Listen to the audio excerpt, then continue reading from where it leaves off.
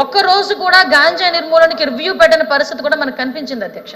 ఇటువంటి పరిస్థితులు ఒక ఎత్తు అయితే అధ్యక్ష, ఒక పక్క నుంచి ఎక్కడైనా ఒక అమ్మాయికి అన్యాయం జరిగింది, ఒక అమ్మాయిని నడి రోడ్డు మీద రమ్య అనే అమ్మాయిని స్వతంత్ర దినోత్సవం రోజు పొడిచి చంపించిన రోజు కూడా బయటకు వచ్చి ముఖ్యమంత్రి హోదాలో ఒక వ్యక్తి మాట్లాడకపోవడం అన్నది ఆ రోజు ఆ ప్రజలు చేసుకున్న దౌర్భాగ్యంగా మనం భావించాలి అధ్యక్ష.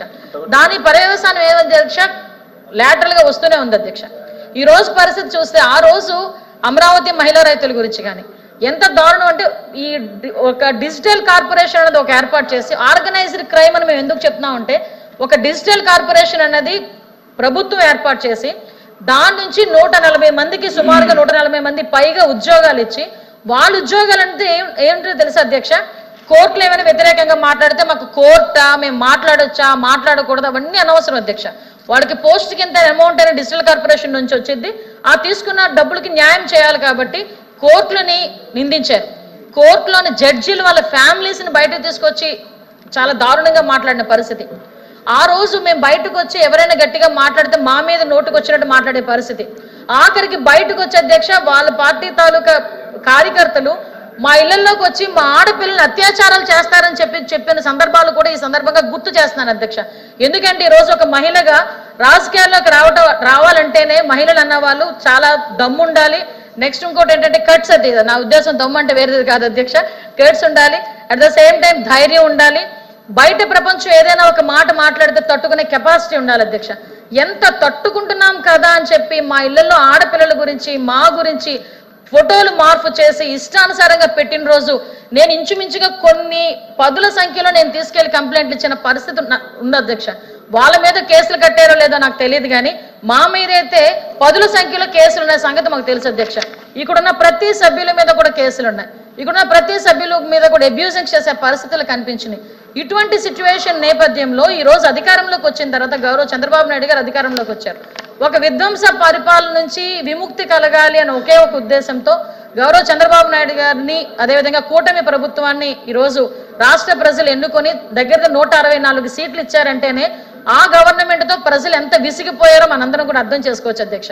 వచ్చిన తర్వాత నుంచి చాలా మంది ఏంటంటే, నేను ఎందుకు ఈ మాట పర్టికులర్గా నేను అక్కడ కూడా చెప్పాను అధ్యక్ష, ఎందుకంటే ఆర్గనైజ్డ్ క్రైమ్ అని కానీ క్రైమ్ పెరిగిందని చెప్పడానికి నిన్న కూడా అసెంబ్లీలో ఒక పదం ఉపయోగించాను అధ్యక్ష. మన క్రిమినల్ సైకాలజీ ప్రకారం మనకి బ్రోకెన్ విండో సిండ్రోమ్ అని చెప్పేసి ఉంటుంది అధ్యక్ష. ఎక్కడైనా ఒక అద్దం పగిలిదనుకోండి, అది ఇమీడియట్గా మనం రిపేర్ చేయకపోతే అద్దం పగిలింది కదా అని ఇంకొంచెం పగలగొట్టడానికి ఇంకొకరు ట్రై చేస్తారు. ఎవరు ఏమి చేయట్లేదు కదా అని ఓవరాల్గా అది పగలగొట్టేసే పరిస్థితి వరకు లాస్ట్ వరకు కూడా ముందుకెళ్ళిపోతారు అధ్యక్ష. అంటే ఏంటంటే సిస్టమ్ మీద ఒక గ్రిప్ లేకపోయినా, సిస్టమ్ని స్టిమ్యులేట్ చేయాలి అన్న ఆలోచన ప్రజాప్రతినిధులకి లేకపోయినా ఆ క్రైమ్ అనేది ఎంత మేరకు పెరుగుతుందని చెప్పడానికి ఇది ఒక ఎగ్జాంపుల్ కింద క్రిమినల్ సైకాలజీలో ఉంటుంది అధ్యక్ష. దాన్ని ఇక్కడ నేను కోట్ చేస్తున్నాను అధ్యక్ష. అటువంటి పరిస్థితుల నుంచి ఈ రోజు పరిస్థితులు ఎంతవరకు పీక్స్కి వెళ్ళిపోయినాయంటే అధ్యక్ష, అతని మీద వ్యతిరేకంగా వాళ్ళ తల్లి కానీ చెల్లి కానీ మాట్లాడినా కూడా అలాంటి వాళ్ళ మీద వాళ్ళ తల్లి మీద కానీ చెల్లి మీద కానీ పోస్టులు పెట్టేటప్పుడు కూడా నోరు మెదపకుండా ఉండే పరిస్థితి వచ్చేసింది అధ్యక్ష. ఈ రోజు పరిస్థితి ఏమైంది అధ్యక్ష, ఆ పరిస్థితి నుంచి ఈ రోజు మేమందరం కూడా బయటికి రావాలి. ఎందుకంటే ఆ రోజు 5 సంవత్సరాలు మేము న్యాయం గురించి పోరాటం చేసినప్పుడు మా ఇళ్ళకి వచ్చి హౌస్ అరెస్టులు చేశారు. ఆయన బయటకు వచ్చేటప్పుడు ప్రజలు ఎవరు అడగకుండా ఉండాలని పరదాలు కట్టారు. ఆయనకి సెక్యూరిటీ ప్రాబ్లం వస్తే ఆయన పచ్చని చెట్లను కట్ చేశారు.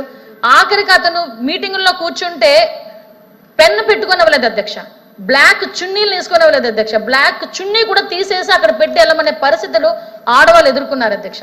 నేను ఇక్కడ కోట్ చేయాలి, ఎందుకంటే ఇలాంటి సిచ్యువేషన్స్లో క్రైమ్ ఎంతలా పెరిగింది. ఒక క్రిమినల్ మెంటాలిటీ ఉన్న వ్యక్తి సీఎం కుర్చీలో కూర్చుంటే ఏ రకంగా రాష్ట్రం బస్టు పట్టిపోయిందని చెప్పడానికి ఒక ఎగ్జాంపుల్ కింద చెప్పాను అధ్యక్ష. దీన్ని క్యారీ ఫార్వర్డ్ చేసుకొని ఈ రోజు మనం వచ్చిన తర్వాత డే ఫస్ట్ నుంచి కూడా అధ్యక్ష, ఇందాక గౌరవ మంత్రి గారు మన బీసీ వెల్ఫేర్ మినిస్టర్ గారు గాంజాయి మహిళలు ఏదో సంథింగ్ ఒక టాపిక్ వచ్చినప్పుడు అధ్యక్ష చాలా మంది అబ్జెక్షన్ చేశారు. కానీ ఈ రోజు నేను చెప్తున్నాను అధ్యక్ష, యువగలం పాదయాత్రలో గౌరవ మంత్రి గారు మా లోకేష్ గారు యువగలం పాదయాత్ర చేస్తూ ఉంటే చంద్రగిరి కాన్స్టిట్యున్సీ దగ్గరకు వచ్చి ఒక ఇద్దరు తల్లి కూతుర్లు ఇద్దరు కూడా స్కార్ఫులు కట్టుకొని వచ్చారు అధ్యక్ష.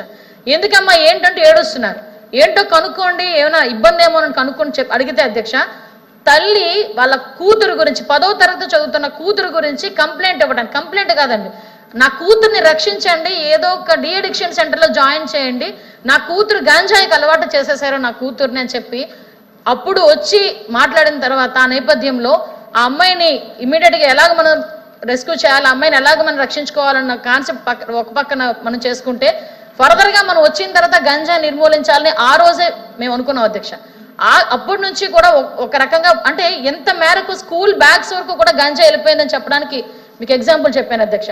ఈ రోజు వచ్చిన తర్వాత చాలా మంది అన్నారు చంద్రబాబు నాయుడు గారు వచ్చారు, ఆ రోజు జగన్మోహన్ వచ్చిన వెంటనే ప్రజాకు వేదిక కూల్చేశాడు, అవి చేసేసాడు, ఇవి చేసేసాడు.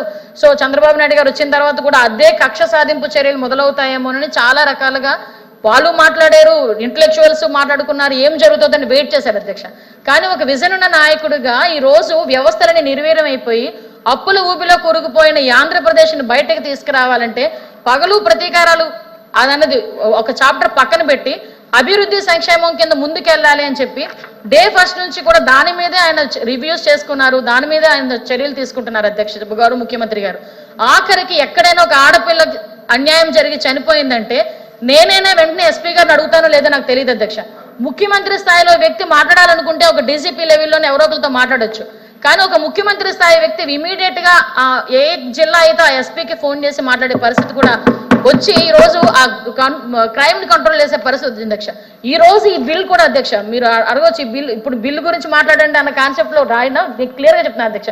ఇంత పరిస్థితులు ఉన్నాయి అధ్యక్ష. ఇటువంటి సిచ్యువేషన్స్ లో ఈరోజు సోషల్ మీడియా మీద పెడుతున్న పోస్టుల గురించి కూడా ఇందాక గౌరవ సభ్యులు డిస్కషన్కి అడిగారు అధ్యక్ష. నిజంగా డిస్కషన్కి ఇచ్చుకుంటే మేము సమాధానం చెప్పడానికి మేము రెడీగా ఉన్నాం, మేము ధైర్యంగా ఉన్నాం అధ్యక్ష. అసలు ఏ మొహం పెట్టుకున్న సోషల్ మీడియా గురించి డిస్కషన్కి అడిగారో నాకైతే అర్థం కాలేదు అధ్యక్ష. నిజంగా వాళ్ళు చూసే వాళ్ళకి ధైర్యం ఉంటే మేము చూపించడానికి సిగ్గుపడకుండా మేము చూపించాలి. ఎందుకంటే ఈరోజు ప్రజలకు తెలియాలి అధ్యక్ష. ఈరోజు మాట్లాడితే సోషల్ మీడియాలో మాకు మమ్మల్ని అక్రమంగా కేసులు పెడుతున్నారు అన్నారు. సోషల్ మీడియాలో అక్రమంగా కేసులు అంటే ఏంటో తెలుసా అండి అధ్యక్ష? ఒక ఎల్జీ పాలిమర్స్ గురించి మాట్లాడారని 60 సంవత్సరాలు